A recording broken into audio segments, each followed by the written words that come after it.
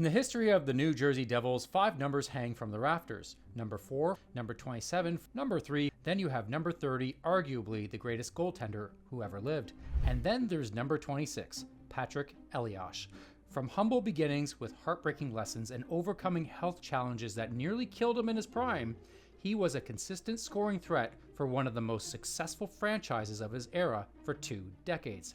He led his team to 4 Cup finals, won 2 championships, and delivered clutch performances Devils fans will never forget. So, why has he not gotten the call to the Hall when others with fewer points and less hardware have been forever enshrined?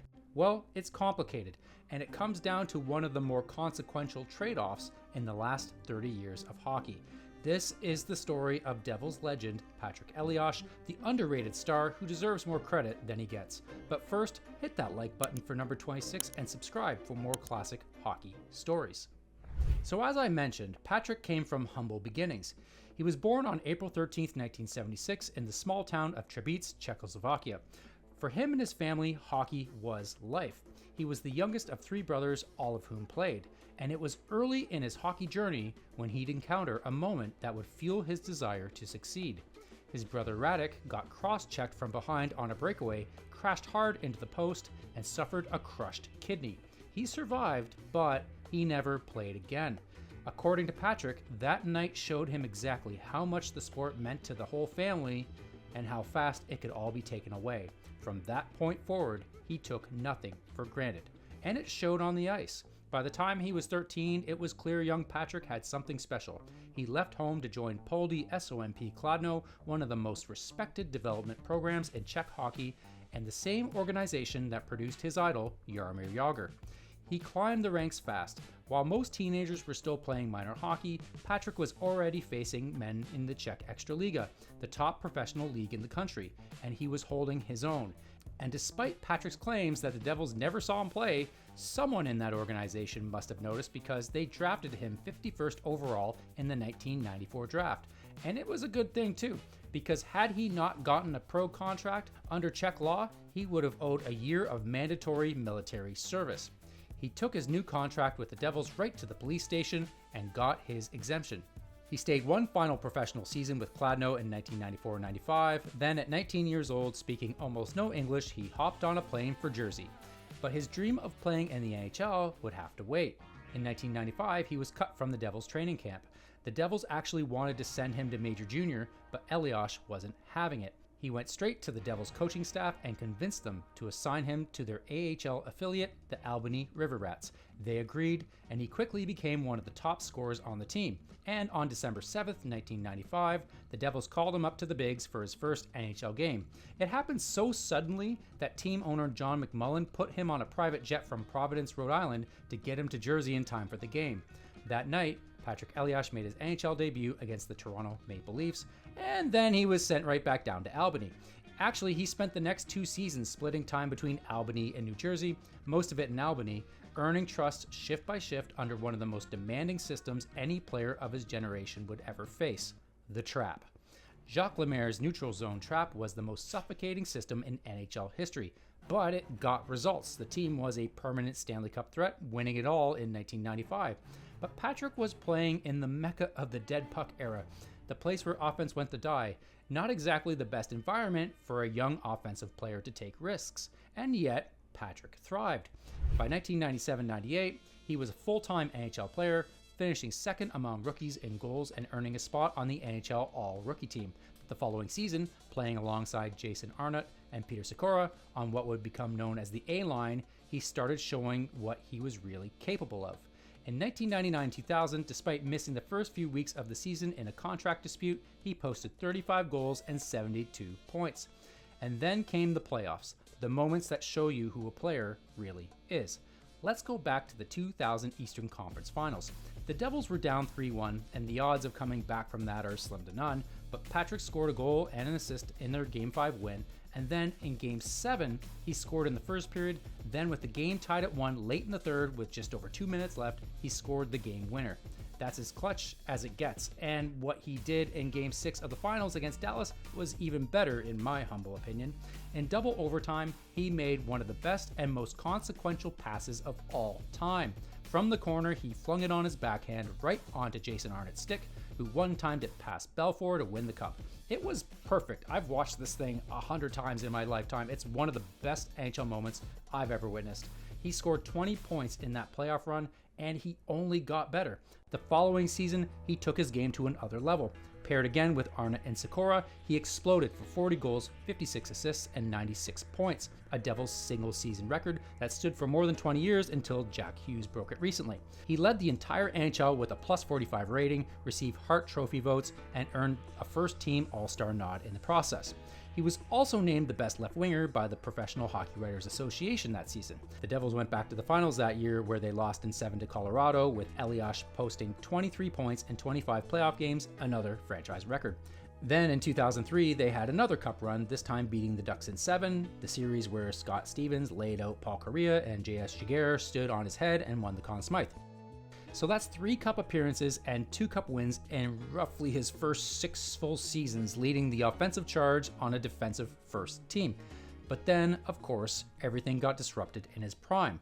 First, there was the 2004-2005 NHL lockout, where Elias went to Russia to play for Metallurg, but that wasn't the worst of it. He nearly died.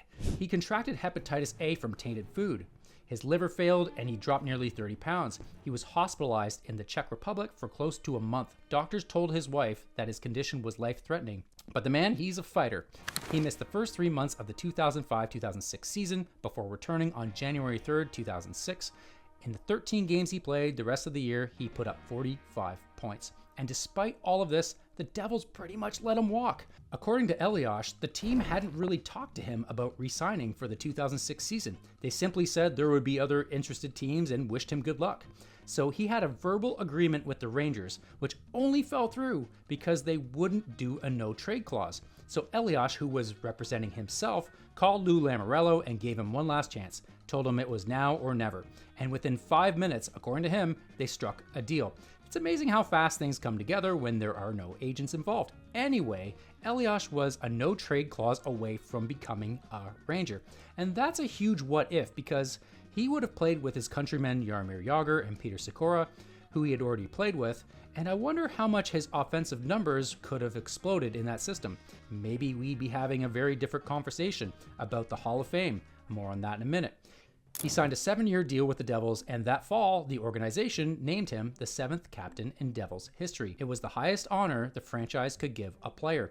But then, before the 2007-2008 season, new head coach Brent Sutter stripped him of the captaincy, which would eventually go to Jamie Langenbrunner in December. Now, even though the reason was sound, management felt that being captain was hurting his production, and Elias even admitted later that he was worrying about things more than normal. It was controversial because Sutter told the media before discussing it with Elias. For a player who had just signed a huge contract with the team and had been one of their leaders for the better part of a decade, that was a slap in the face. Ultimately, though, he did get back on the right track. The following season, he put up 78 points in 77 games, and on March 17, 2009, he recorded career point number 702 to become the Devils' all-time leading scorer. Now, here's a classy move that Devils fans probably know about, but other fans won't. That same night, Marty Brodeur set the NHL record for wins, so Elias gave the puck to him. Classy move from a classy guy. He kept piling up points over the latter half of his career, putting up .83 points per game over the next 5 seasons between 2009 and 2014. His best campaign of that stretch came in 2012 when, at 35 years old, he helped drag the Devils back to the Stanley Cup Finals. They lost to the LA Kings in 6. On January 6, 2015, he scored his 1,000th career point. He became one of only 11 players in NHL history to reach 400 goals, 600 assists, and 1,000 points while playing every single game of their career for a single franchise. He played his final NHL game on April 9, 2016 against the Leafs, the same team he made his debut against 21 years earlier. He scored a goal, he added 2 assists, with his final career goal coming on his last shift with just 16 seconds left. The Devils wasted little time retiring his number 26 on February 24, 2018, making him the first forward in franchise history to receive that honor. And yet, despite being eligible since 2019, he hasn't received a call to the Hall. Now, the argument against him is almost purely numerical, but there's some real gray area here, as you'll see. So he had 1,025 points in 1,240 games, 0.83 points per game, which, as I touched on earlier, he was averaging consistently throughout his career. He is still, to this day, 61st in playoff points all time. That's elite company.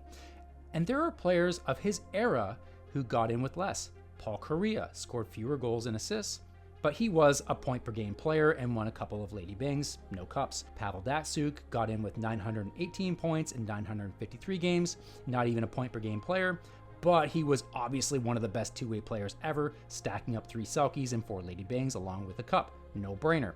But then you have Daniel Sedin, who got in with 1,041 points and 1,306 games, with fewer goals and lower career points per game average than Elias. And while he won individual hardware, he didn't win a cup, let alone 2, with clutch moments along the way. And then you've got Daniel Alfredsson, who wasn't a point per game player either, had some individual hardware, but again, no cups. And when you consider that context, that Elias played for the trap team of trap teams, defense first, he's probably a Hall of Famer on any other team with a more offensive system. With that framing, and based on others who got in, it's hard not to consider him Hall of Fame caliber. But therein lies the great trade-off. He played in a defensive system that produced results. He made 4 cup finals and won 2. And it likely came at the expense of individual results and accolades, just enough to possibly, because it's not over yet, cost him the Hall of Fame. He may never get that call, but not too many players get to say they saved their team in Game 7 of the conference finals or made an epic Stanley Cup winning pass. I bet if you asked most players, especially those in the Hall without a cup, they'd take that trade in a heartbeat. Drop a thumbs up in the comments to let me know you made it all the way through the video. Thanks for watching. I'll see you next time.